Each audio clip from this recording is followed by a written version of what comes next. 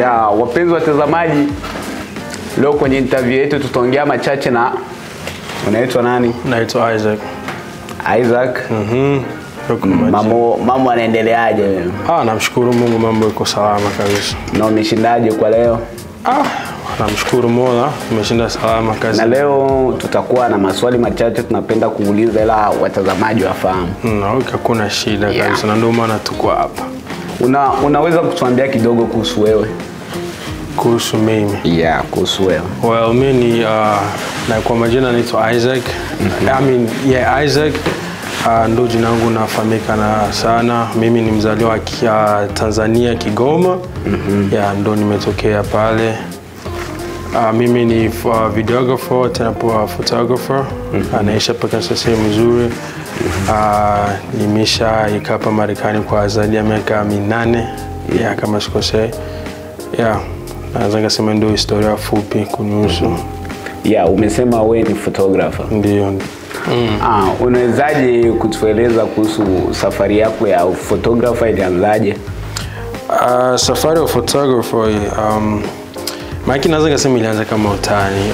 Kuna kipindi kakaangu Mr. Tigo alinunuaga kamera ili aanze kuchukua mapicha za familia ama yeye mwenyewe. That was back in 2018. Ndo alinunuaga kamera. Sana mie ndo nikakuwa the main guy, mimi ndo niko behind the camera all the time. Alikuwa shukuru every Sunday ilikuwa ni hivyo, tunashika picha nini. Sasa nikaendelea kwa miaka 2 hivi nilikuwa shika mapicha hivyo tu. Baada hapo 2020 ndo nilianza kazi rahisi, kwanza chukulia kama kazi. Sikuwa najua kama niko na uwezo wa kukua niko naingiza pesa au kushika picha tu, sikuwa najua hiyo kitu. Siwezi nikakumbuka nilipata hiyo picha ili nianze kushika picha nipate na dolari, sikuwa nafahamu hiyo kitu. Sasa sijui kama nilijua haya. After that ndo nilianzaga tu mdogo nikakuwa nashika watu hapa KC sana ndo nilikuwa focus nao, wanakuja na washika picha kila Sunday ama Saturday. Ndo ilianza hadi hapa kwenye niko hivi. Ilikuwa ni consistency tu, nafanya kazi kwa jihada sana, kwa jihada. Na vipi, nini kilikuvutia sana kupitia kazi hiyo? Nilitokea ukipenda tu, ile kujifunza mambo mapya kila siku, kujifunza kitu kipya. Ile kuikaa kompyuta tu kuna search nini na nini, ilituma akili yangu naweza kusema iongezeke kama nilikuwa nafahamu vitu nisikuwa nafahamu, na ilinipa ile kuna msemo unasema kila siku kuna jifunza kitu kipya. Hiyo msemo naipendaga sana, every day try your best to learn something new. Na ndo nakuaga na try every day. Na ndo nilipendea hivyo, ilikuwa tuma nisikuwa nashinda mnyumba tu, kwa sababu before siingia photography nilikuwa nikitoka shuleni na ika kompyuta niko chochi ma YouTubers, inakuwa waste of time kabisa. Sasa vile nilipata kile kipindi ilikuwa bado ni hobby. Ikakuwa ni kitu inakuwa ni hobby vile tu, ikatokea ukipenda. Na hivi ni changamoto gani unazozipitia kwenye kazi yako? Changamoto ni nyingi, kwa sababu kwa kila kazi changamoto zikosagi. Ila changamoto sana nilikuwa napitia, nimeshabadilisha mambo. Ilikuwa ni ile kwa sababu mimi ni mtu nakuwa na huruma sana. Huruma ninayo sana. Sasa ilikuwa nikishika mtu picha, pale kwanza hebu wanilipe wamalize hela, mimi nitawatumia mapicha, alafu baada hapo sasa ndo wanaanza nizungua. Wanasema eti nitakulipa next week. Next week inakuwa ni miezi mwaka. Hiyo ndo changamoto naweza kusema ilikuwa changamoto kubwa sana nilikuwa napitia. Ila ilinifunza sana na kusala shukuru. Hiki kitu vilitokeaga sana, ilituma najifunza mambo mengi sana. Na hivyo ulipambanaje na hiyo changamoto mpaka ukaona hapa hivi hiyo changamoto imekwisha? Changamoto ilikuwa tu nitoe ile moyo wa huruma. Niachane na mambo ya huruma, nichukulie kama kazi kweli. Nisichukulie mambo utani, kazi ni kazi. Kabla hata sijatoa picha ama siku ile ya photoshoot ile, wanabidi walipe pesa zote.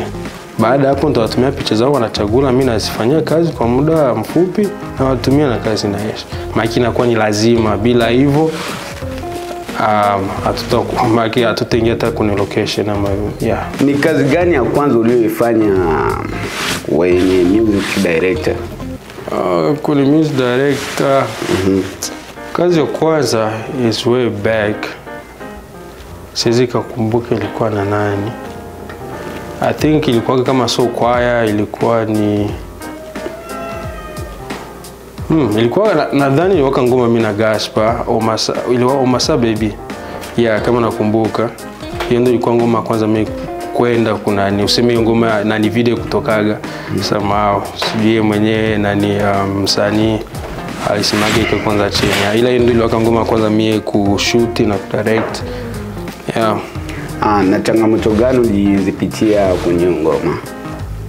Changamoto naweza kusema haikuwa sana kivile. Useme ni ile tu watu kwa nyuma kama kawaida, sio wabembe. Anasemaga ama haikuwa changamoto sana kivile kwa sababu ndio ilikuwa mara kwanza yangu na nilikuwa nachoka kutumika kitu na ni new, no? Kwa sababu mimi sikuwa bado siingia mambo ya kushoot ma video ama music video kivile. Yeah. Na kati ya kazi zote ulizozifanya ni ipi kazi ndio umeona hapa kabisa hapa nimefanya? Naweza kusema kazi zangu zote za sasa zote ziko sawa kiupande wangu kwa sababu nikiangalia sehemu nilitoka na kuneniko kuna tofauti mkubwa sana. Mambo ya quality na mambo mengine yote niko sawa. Maki ziko sawa. Naweza kusema kazi zangu zote nimefanya recently. Yeah, japo kazi zote ziko sawa lakini ile ndio naona kabisa hii hapa ni the best ni kazi gani? Yeah. The best one.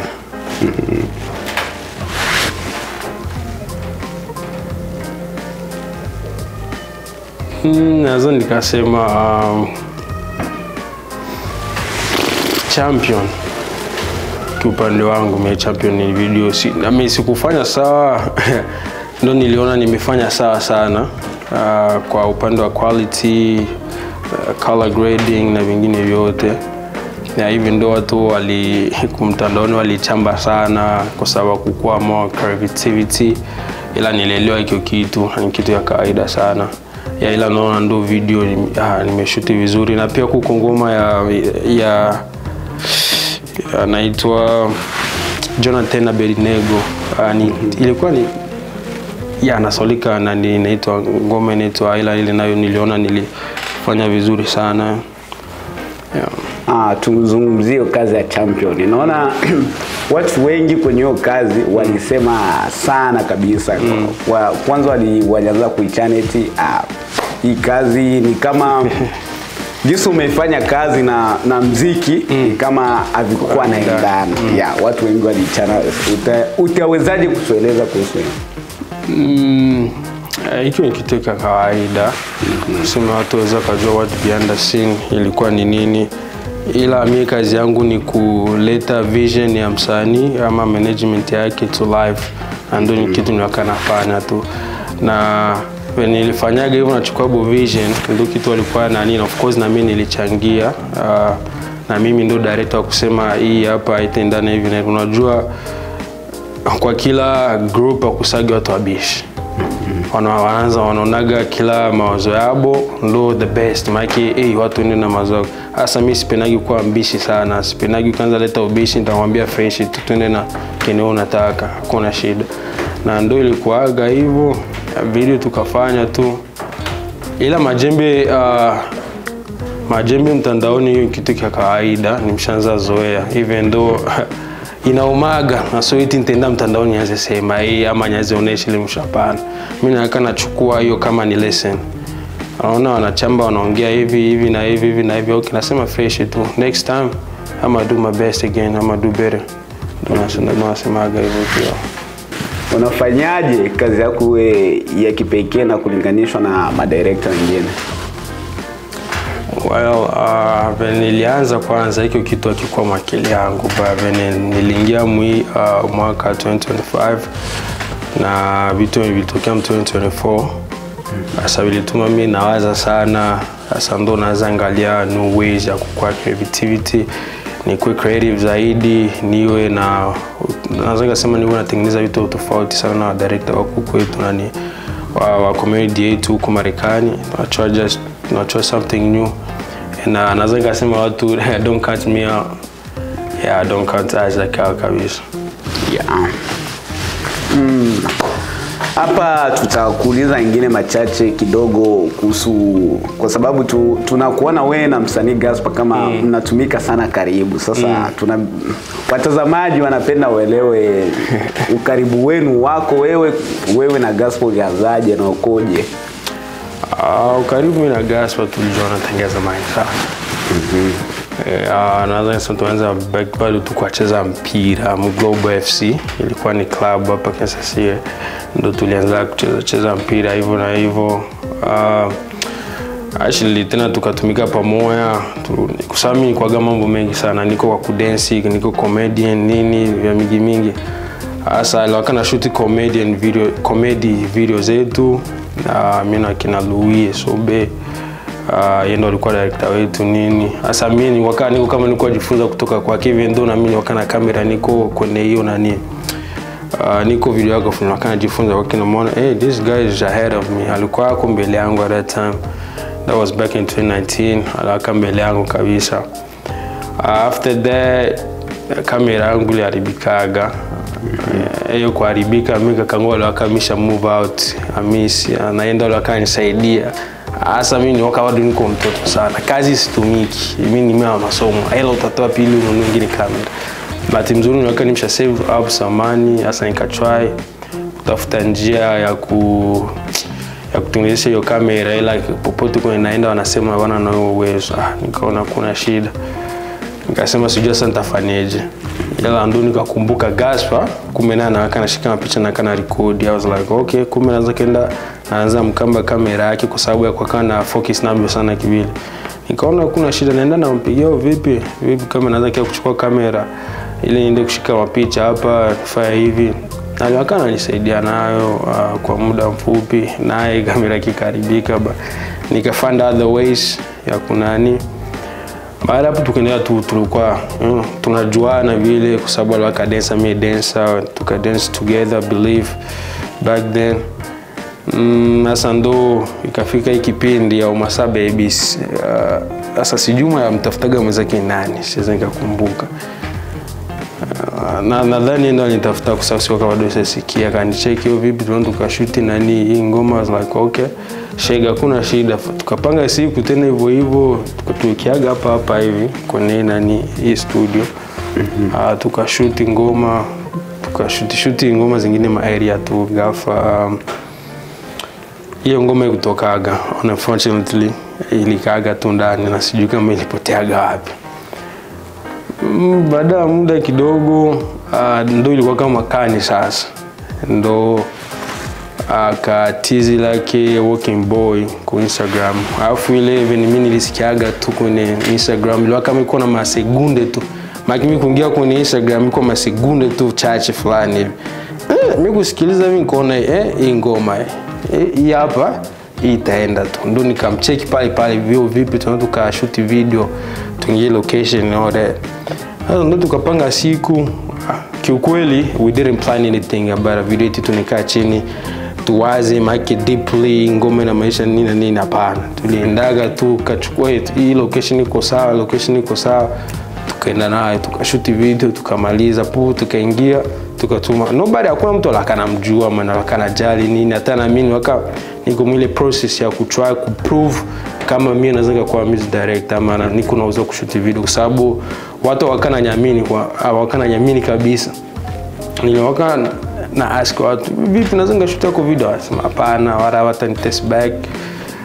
Sasa changamoto nayo niwakana pitia. Sasa hiyo ndo nilichukua hiyo opportunity ya kushoot hiyo video, niwaonesha watu kwa sababu nilijua kaiza kakataa, kwa sababu hiyo ilikuwa gani opportunity kwake na kwangu pia. Tukaingia location tukapiga mwimbo ngoma, kweli video lendaga na mimi nilikuwa surprise sana. Kuna kipindi nilimwambiaka nilionaga ngoma hivi kunaenda, nikasema hii nikamuuliza kwanza swali, unadhani ngoma baada ya mwaka mmoja itakuwa imeshafikisha views ngapi? Sasa watu wakana najua kama ngoma inaweza kaenda vile kama vile iko sasa hivi. Alisema kama elewaka tori, mimi nikamwambia inaweza kufikisha 50k views kwa mwaka mzima. Ila somehow kapika mwezi, mbona views imeshakuwa ku 50 tayari? Ingine nani? Kasema ngoma inaenda kweli. Na ndo tulianza kutumika kazi hivyo tu. Tukapiga Maadui. Ingine ikakuwa ni Grade, after Grade ndo tulitumika Champion. Tuko na ukaribu wa kazi zaidi, ila ukaribu wa kushikaji nini hapana tunaga. Ila si tunakakuru. Na ni changamoto gani unazozipata kufanya kazi na Gaspar? Changamoto, kuna changamoto yote ile. Useme of course kwa sababu Gaspar anakuaga hambo sana, anaga mambo bishubishi. Apendagi kuongea sana, anachaga management yake ifanye kazi. Asa apendagi mambo kuongea sana na kazi inaendaga tu. Kuna changamoto yote kweli. Na ni kitu gani kabisa unachokupenda kuhusu kufanya kazi na Gaspar? Kitu gani? Kitu gani unachokipenda kabisa hapa ukiona hii kitu nakipenda kufanya kazi na Gaspar sana? Kwa sasa kwa sababu vinamsha kwa jina, of course nani wa director wangu wanaweza kapenda watumike na Gaspar kwa sababu watapata ile exposure, kwa sababu Gaspar sasa hivi anafanya vizuri sana, watu wengi wanamwangalia. Sasa kila msanii kila director anaweza kapenda apige naye kazi. Kia kupenda naweza kusema sinaga eti kile kitu napenda sana ili nianze kufanya kazi hapana. Na kwa kitokea tu wakinitaji, of course mimi nakuaga available, tapiga kazi kama kawaida. Hapa bado tunaendelea kupiga story na director Isaac. Na tupo naye hapa, bado tuna mengi ya kumuuliza. Unao malengo gani kwa siku za usoni kuhusu kazi yako? Malengo ni makubwa sana. Unaongelea kwa upande gani, wa music video wa music video? Malengo yako kabisa. Malengo yangu of course ni kufika na sehemu pakubwa kweli. Na nadhani ni kila inakaa ni ndoto kila na ni director mwenye ako na passion na kazi anayofanya.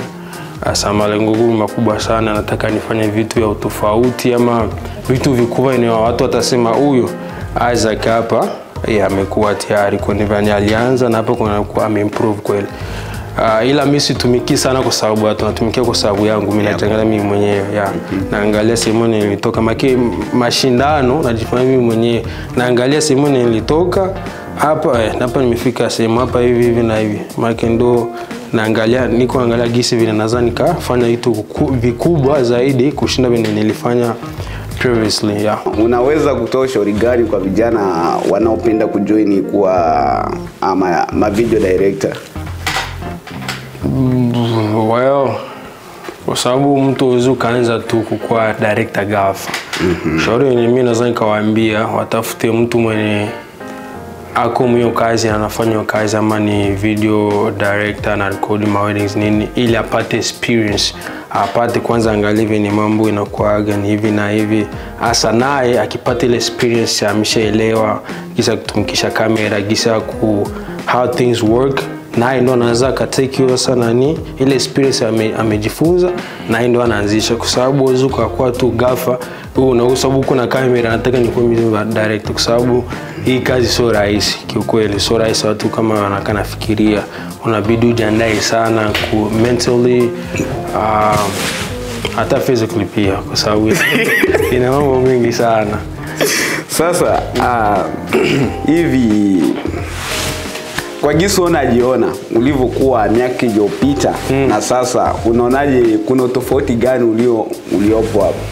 Well, tofauti ni kubwa sana kwa sababu nilikuwa hivi imeshakuwa ni long run, na pia nilikuwa anafanya kazi yangu ilikuwa bado iko chini sana vile ninavyoona mimi, ila nashukuru Mungu sana kwa mambo niliyopitia ama kwenye nilitoka. Always you gotta be thankful for where you came from. Na kwa sasa hivi nilikuwa hivyo, sasa hivi naona niko bado niko hapa, ila kwangu mimi najonaka nasemaga bado sana. Kila kazi ninayofanya hapa nasema bado sana, inabidi ni improve bado sana. Hiyo ndio mentality yangu. You gotta be relentless. Consistency, unapiga yoyote. Unaonaje industry ya music hapa USA inaendaje? Industry ya music iko poa sana, iko great, inaenda bien. Wasanii wetu wanitendea haki kabisa kwa sababu kuna ngoma back to back, afu ngoma ziko na hits, watu wanasikiliza, wanazipenda. Kwa tumika vizuri sana. Na kuna wasanii wengi walikuja hapa kwenye industry yetu na wamepotea hivi wasikiliki. Ni sababu zipi Gisu, unaona wewe sababu zipi zimetuma wapotee vile kwenye muziki? Nadhani ni maisha tu Marekani, kwa sababu maisha Marekani ni magumu sana. Na pia ni kwa sababu hawakuwa na management, walikuwa wanajisimamia wenyewe. Afu maisha ya Marekani ni magumu sana, kwa tumika mkampuni hizo hela hivyo ndo za kulipa mabili na kufanya zingine mambo. Sasa uanze kumlipa director, video vixen, audio ya kwanza ya ngoma, maki sasa it's a lot of things, na ndo maana nadhani watu wengi walipotea kwa sababu hawana na management au kutafuta management ya kukuwa na wasimamia. Na vipi unavyoona au Gisu walipotea? Haitakosa hao wengine wasanii wetu wa new generation nao kupotea kama walivyopotea wale? Well, inazika wa cost kama watatafuta management, kwa sababu behind kila msanii of course kuna strong management niko inajua kazi yake na inasimama imara kwa Sasa ukiangalia wasanii wengi wanalalamika na management yao kama hazipo sawa sana, azitake care kwao sana. Asa msanii utalalamika na management yako? Msanii utalalamika kuhusu gisi management yako iko nafanya kazi. Kama unaona iko afanya vibaya, uachane nao. Sasa wengi wako wanaona wakiachana nao hawatapata mwingine tena. Na acha kulalamika sasa. Ukiona kama management yako ifanye sawa nini, tafuta ingine management kama uko na uwezo. Na pia ukiona kama una uwezo wa kupata ingine management, pambana nao na hawa kwa sababu ndio hakuna kusaidia muziki yako isikike, wanakusaidia kukulipia video na wanakusaidia sana kwa mambo mengi. Sasa endelea kupambana na acha bangi. Eti management ifanye sawa, sio ufanye sawa utoke uende kutumika mwenyewe. Sasa utaweza washauri wasanii wetu vipi kuhusu management zao? Endelea waheshimu management, kwa sababu management ndio watu wako na kusaidia. They are doing the best kupush ili ufike malengo yako. Na najua msanii mwenyewe uko na malengo yoyote ule uko hapo tu ni kuimba, ndio unaona malengo yote, unaona destination unataka kufika. Asa utakuta management yako iko na hiyo malengo, anataka kufikisha sehemu fulani, kama kwa sababu kila mtu anataka nimfikishe mtu sehemu fulani afu nimwache pambane mwenyewe. Kuna wengine watu wanakuaga hivyo. Sasa unabidi kwetu just stay calm, maisha itakuwa bien. Unaweza tueleza machache kuhusu Isaac Production, inahusiana na nini hasa kabisa? Isaac Production inahusiana na mambo ya video production na also photography. Sana ina focus na videography. Tuna sana ila tuna focus na wedding. That's where right now kwa sasa tuna focus na wedding tu. Ndio tunataka ikuwe our main focus, ila tuko na uwezo pia kushoot zingine sherehe zozote zile, ila our main focus is na weddings. Also pictures of course. Hivi utaweza tupatia list ya ngoma zako 5 unazozikubali kwenye industry ya muziki? Kwa sasa ngoma ninazokubali na nikizisikia nasema ngoma Coco Promise ya Jenny Boy. Nasema Mishangazi hivi ndio sikuwa nasikia sana, ila ni ngoma ni night. Na pia kuko Benemboka Ndio hiyo Mboka ya Benjasi na Nyago Men. Ndio ngoma sasa hivi zinafanya vizuri sana, ziko shega. Yeah. Na vipi kwenye industry yetu kabisa, unaona ni wasanii wapi, msanii yupi anaweza akapeleka industry yetu mbali ijulikane sana kabisa? Kwa sasa inavyoonekana na watu wengi wanavyosema ni Gaspar. Ni Gaspar, ila mimi niko nina imani msanii yote anaweza kufanya, kwa sababu inakaa ni kitendo kimoja tu kinaweza kiko na uwezo wa kuharibisha maisha yako na piki kuna uwezo wa kupeleka maisha yako mbele. Sasa ni ngoma moja tu unaweza kusema msanii yote ule mwenye yako nafanya ni ngoma moja inaweza kutuma international, anaenda international zaidi ama anatoboa zaidi kwenye sehemu yako ya. Vipi wewe kama wewe unaweza kutofautishaje music ya wasanii wetu huku USA na wakambini? Hakuna tofauti, naweza nikasema kuna tofauti sana kivile. Sema zote ni ngoma. Huko wasanii wengi wako Tanzania focus na ngoma naweza nikasema za zetu, si za wabembe. Naona yote iko fresh, ngoma zote ziko sana, pia wako nachanganya ladha tofauti. Yeah. Na ukiangalia sana watu wengi wanasema like hao wasanii wetu wa huku USA hawafocus sana kama wasanii wa kambini. Kambini na sijua sasa kitu naweza nikasemea focus sama hivi. Naweza nikasema ni maisha tu ya Marekani. Ama wewe wenyewe naona ni kwa sababu mtu akikuwa na passion na kitu hata kutokee nini ataendelea kukipambania tu. Yeah. Asa naweza nikasema wasanii wako wanaingeka ni kiivo tu, kwa sababu ni inakuwa ni hobby ama fani hivyo, hawachukuli kama kazi kivile, na ndio maana wanaviacha. Na kambini naona wako wanaweka juhudi kweli, wanafanya kazi back to back. Na kuna wasanii wengine wanakaa wakipata ile fame, wanajulikana, wanaweza jichanganya wanawake sana. Unajua wanawake wako wanaweza kukupoteza kweli, ukifocus na wanawake watakupoteza vizuri sana. Kama ni follow Bugatti, yeye kupata ile fame kile kipindi nini, akaingia mambo mengi, jamaa kachima hiyo, kwa sababu kile kipindi wale ni Nyago na follow Nyago magi wako hivi, ila akajingiza anaona anapata dolari, anagusa hela, anawake sana pombe nini, anapotea hiyo. Yeah. So kwa sababu unapata ile ufame sana, unakuwa ile fame, usijingize mambo mengi sana, unaweza fanya vitu vingi vinaweza kukupoteza, kwa sababu unaka one decision away from ruining your life. Yeah. Hivi ni mashauri gani ndote za wapatia wasanii wetu wa hapa mjini USA? Wasanii waendelee kupambana tu. Kama unapenda muziki, tumika kitu chochote kile ili ufanye muziki wako unaopenda, ufanye kitu unachokipenda, na waendelee kupambana tu, yote maisha. Hivi wewe upo kwenye mahusiano? Niko kwenye mahusiano, yeah. Naona malengo gani na mahusiano yako? Ni inshallah tu Mungu akitujalia tufike malengo yetu. Malengo gani sasa? Hayo malengo ndio tunahitaji kujua. Ndio hiyo ni malengo yetu. Malengo gani sasa? Malengo hapo mengi. Ni mimi na yeye sasa. Mungu wetu. Watazamaji wanapenda wajue ni malengo gani. Siku ikifika mtajua. Siku ikifika mtajua. Kwa hiyo uwezi tuambia hayo malengo yako kwa sasa? Hapana, kwa sasa bado. Ila hivi siku ikifika mtajua. Kule yeye atakuwa nadhani na malengo ya kumchezea tu. Ndio kama nilivyokuambia, malengo mimi naye anaijua malengo yangu kwake, na mimi pia najua malengo yake.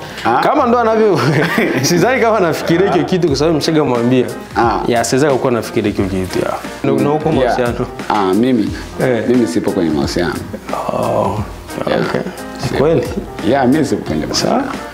Watazamaji wengi wanapenda wajue kiundani kuhusu Isaac Production. Kiundani zaidi. Kiundani zaidi.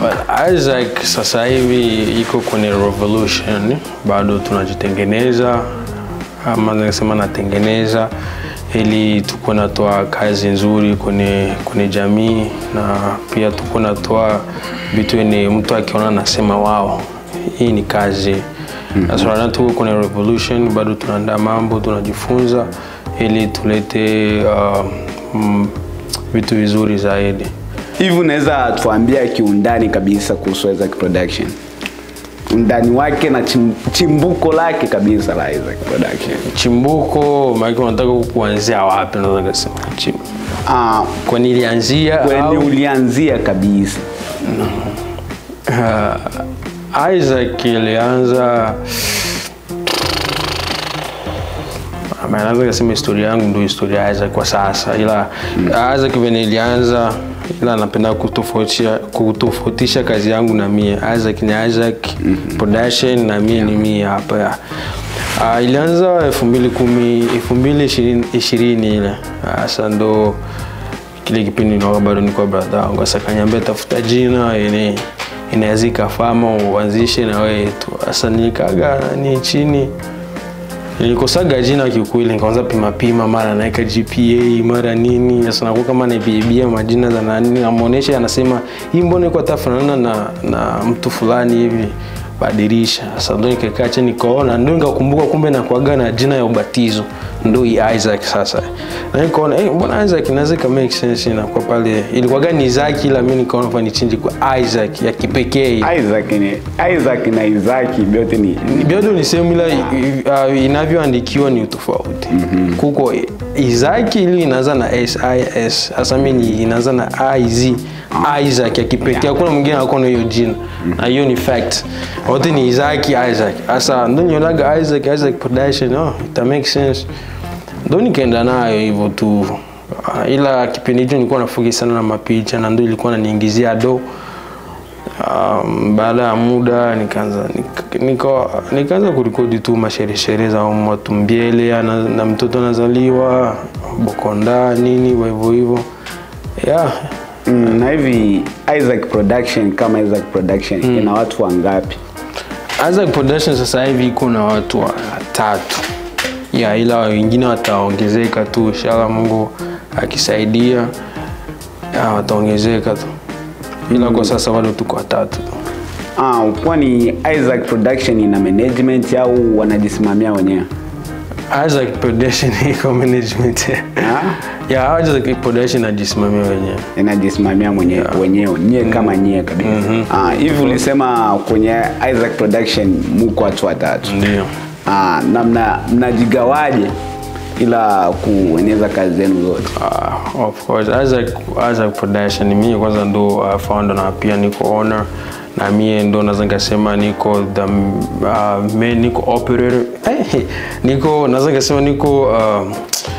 ngasema tafuta neno. Naweza ngasema mimi ndo nasimamia. Mimi ndo nasimamia. Sasa hivi kuna mtu mwenye anaanza simamia mambo ya photography na mwingine mambo ya video. Sasa mimi ndo nitakuwa niko pale naangalia hii kazi hapa, mimi ndo nakuwa niko nawafunza, na pia naangalia kazi wanayofanya, na kwa naangalia hii hapa haizi katoka, hii kwanza fatu na tuangalie kisi ni tunaweza kufanya ili ikuwe kazi nzuri, una hivyo na hivyo tu. Ila kila mtu akwa na kazi anayofanya. Na soon tutakuwa watu wengi na tutakuwa na big stuff. Na kwa level ya au vijana wako wamefikia sasa, unaona level wao umefikia mahali gani kabisa? Kuna wamefikia pale pakubwa sana, of course. Kwenye vile walianza na kwa sasa imeshakuwa ni big na ni step. And at the end of now bado tuko March tu. So by the end of the year I'm positive watakuwa wameshakuwa one of the best in the city. Makizikana na inaweza kuwa ta interest. Na una malengo yapi kuhusu vijana wako? Malengo